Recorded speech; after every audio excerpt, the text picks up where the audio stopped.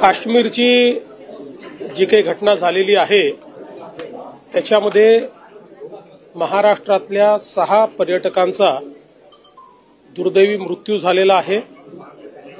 त्या 6 लोकांचे पार्थिव हे महाराष्ट्रामध्ये येणार आहेत। 4 पार्थिव 2 वेगवेगळ्या विमानाने मुंबईमध्ये येणार आहेत। 2 पार्थिव हे पुण्यामध्ये येणार आहेत। मुंबईमध्ये आशिष शेलारजी आणि मंगलप्रभात लोढाजी हे 2 मंत्री एअरपोर्टवर सगळ्या व्यवस्था पाहत आहेत। पुण्यामध्ये मुरली मोहोळजी जे केंद्रीय मंत्री आहेत ते स्वतः लक्ष घालतायत आणि माधुरीताई मिसाळ या एअरपोर्टवर उपस्थित राहतील आणि त्याचं सगळं कोऑर्डिनेशन करतील। याच्या व्यतिरिक्त आपले जे आपत्ती व्यवस्थापन मंत्री आहेत गिरीश महाजन हे स्वतः श्रीनगरला पोहोचतायत। तिथे जाऊन जे आपले पर्यटक तिथे आहेत त्यांचं कोऑर्डिनेशन आपण करतोय। याच्या व्यतिरिक्त ज्यांनी सोशल मीडियाच्या माध्यमातून किंवा एसएमएसच्या माध्यमातून आपल्याशी संपर्क साधला त्या सगळ्यांच्या व्यवस्था आपण केलेल्या आहेत। त्यातले काही लोक आज इंडिगोने एक विशेष विमान ठेवलेलं आहे त्याच्यामध्ये आपण त्यांच्या सीट्स बुक केलेल्या आहेत, त्यांना आपण परत आणतो आहोत। आज दिवसभरात अजून कोणाकोणाला अशा प्रकारची आवश्यकता आहे परत आणण्याची व्यवस्था करायची आहे याचा सगळा आढावा घेऊन उद्या पुन्हा आम्ही केंद्रीय मंत्री आपले राज्यमंत्री श्री मुरलीधर मोहोळ यांना विनंती केली आहे की आपण इंडिगोला उद्या एक विशेष विमान त्या ठिकाणी देण्याची किंवा ऍडिशनल विमान विशेषपेक्षा त्यांच्या जे रेग्युलर ट्रिप आहेत त्यापेक्षा एक ऍडिशनल विमान महाराष्ट्रात आणणारं मुंबईला वगैरे येणारं असं त्यांनी द्यावं अशी विनंती करावी आणि त्या ठिकाणी जे काही त्याला आवश्यक तिकीट्स वगैरे आहेत त्याची व्यवस्था आपण करू। तर ते मुरली मोहोळजी ते देखील बघता आहेत। त्यामुळे वेगवेगळ्या ठिकाणी आता सगळे आपले पर्यटक सुरक्षित आहेत, पण एक त्यांच्यात एन्झायटी आहे कारण ही घटना घडल्यामुळे आम्हाला परत कसं लवकर जाता येईल अशा प्रकारचा प्रयत्न आहे। तर त्या दृष्टीने ज्या ज्या व्यवस्था करता येतील बाय रोड असेल किंवा अजून कुठल्या पद्धतीने असेल तर त्या सगळ्या व्यवस्था करण्याचा प्रयत्न आपला चाललेला आहे। मंत्रालयाचं जे आपलं त्या ठिकाणी आपली जी वॉर रूम आहे किंवा आपत्ती व्यवस्थापन केंद्र आहे त्याही ठिकाणी आपण सगळ्या व्यवस्था आता उभ्या केलेल्या आहेत की ज्या माध्यमातून कोणालाही माहिती द्यायची असेल किंवा घ्यायची असेल तर त्या ठिकाणून घेता येईल। जम्मू काश्मीर तिथली जी काही प्रशासन आहे तेही अतिशय चांगल्या प्रकारे रिस्पॉन्ड करत आहेत। त्यांना आम्ही कुठली गोष्ट विचारली तर तात्काळ त्यांच्याकडनं आम्हाला त्याचं उत्तर मिळतं किंवा ते तशा प्रकारच्या व्यवस्था करतात। जे काही जखमी आहेत त्यांच्यावर उपचार चाललेले आहेत आणि योग्य प्रकारचे उपचार चाललेले आहेत। त्यामुळे जखमींना डॉक्टरांनी परमिट केल्यानंतर इकडे आणण्याची व्यवस्था जी आहे ती आम्ही करू। त्यांच्या परिवाराला त्याच्या आधी यायचं असेल तर ते देखील आणण्याची व्यवस्था जी आहे ती आम्ही करू। दुर्दैवाने जे मृत्युमुखी पडलेले आहेत त्यांना आपण 5 लाख रुपये प्रत्येकी त्यांच्या परिवाराला त्या ठिकाणी देत असतो। अर्थात पैशाने कोणाचंही जीवन परत येऊ शकत नाही, पण एक आधार म्हणून आपण ते देतो। त्यामुळे तशा प्रकारे ती मदत देखील या ठिकाणी करण्यात येईल आणि जे जे काही करणं आवश्यक आहे ते आम्ही करतो। मी स्वतः त्याच्यामध्ये लक्ष घालतो। शिंदे साहेब, अजितदादा हे देखील त्यांच्या परीनं पूर्णपणे त्याच्यामध्ये लक्ष घालतायत आणि आपल्या राज्यातल्या पर्यटकांना अतिशय सुरक्षिततेनं इथे परत आणणं याला आता आम्ही प्रायोरिटी दिलेली आहे। चीड आणणारा प्रकार असा घडला की धर्म विचारून पर्यटकांवर गोळ्या झाडल्या।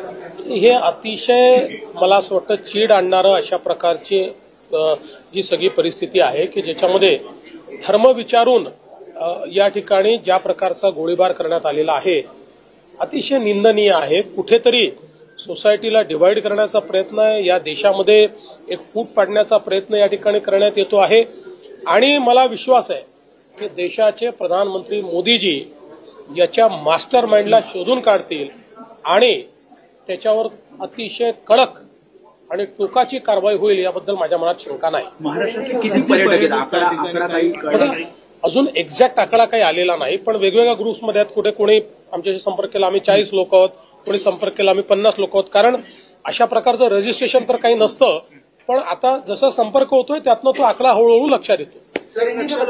नक्षलवाद्यांच्या विरोधात रोजच कारवाया सुरू आहेत। नक्षल्यांचा बालेकिल्ला म्हणून ओळखला जाणारा गडचिरोली जिल्हा आता स्टील सिटी म्हणून उदयास आलाय।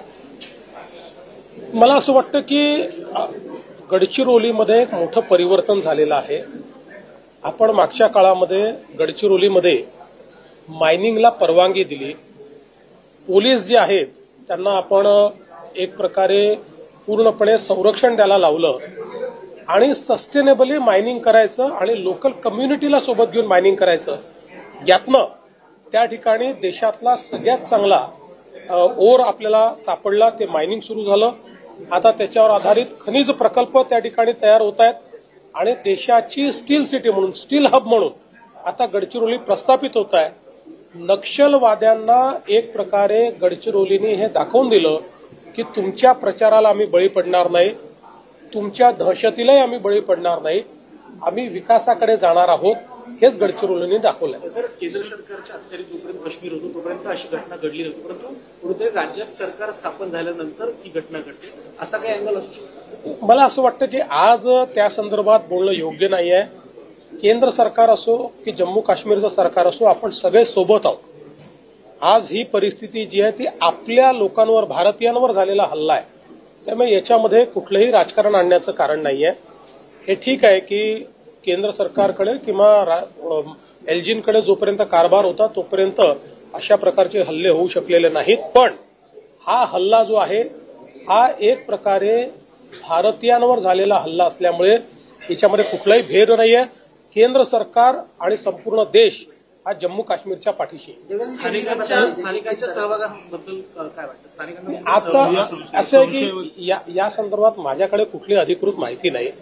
त्यामुळे ज्या काही तपासी यंत्रणा आहेत ते या संदर्भातली योग्य माहिती वेळोवेळी आपल्याला उपलब्ध करून देतील. मला माहिती नसताना मी त्याच्यावर बोलणं हे योग्य नाही है. देवेंद्र जी, हिंदी में बता दीजिए, जिस तरह से जम्मू कश्मीर में आतंकी हमला हुआ है। देखिए, बहुत ही निंदनीय इस प्रकार का ये हमला हुआ है और मुझे पूरा विश्वास है कि प्रधानमंत्री जी इसके मास्टरमाइंड को ढूंढकर निकालेंगे और इस प्रकार के इरादों को पूरे तरीके से कुचलने का काम इससे पहले भी प्रधानमंत्री जी ने किया है, अब भी करेंगे. ये एक ऐसा प्रयास है कि जो बहुत ही कायराना इस प्रकार का प्रयास है. अभी ये आतंकवादी देख रहे हैं कि इनको जो लगता था कि 370 के हटने के बाद वो लोग जम्मू और कश्मीर में कुछ न कुछ उल्टा सीधा कर पाएंगे, वो कुछ नहीं कर पाए. उल्टा जम्मू कश्मीर का इतना विकास हुआ, इतने बड़े पैमाने पर पर्यटक वहां पर जाने लगे, पर्यटन का व्यवसाय बढ़ा, टूरिस्टों ने वहां की अर्थव्यवस्था को बदल दिया. जम्मू कश्मीर में अलगाववाद की बातें समाप्त हो गई, पत्थरबाजी समाप्त हो गई. इससे जो लोग एक प्रकार से आहत हुए हैं, जो लोग इसके कारण अपने जो उनकी मानसिकता थी उनकी मानसिकता और उनके मंसूबे खत्म हो रहे हैं, ये देखने के बाद इस प्रकार का हमला उन्होंने किया है. अभी जो महाराष्ट्र के हमारे 6 लोगों की वहां पर मृत्यु हुई है, उनमें से 2 लोगों का पार्थिव पुणे जाएगा, 4 लोगों का पार्थिव मुंबई आएगा.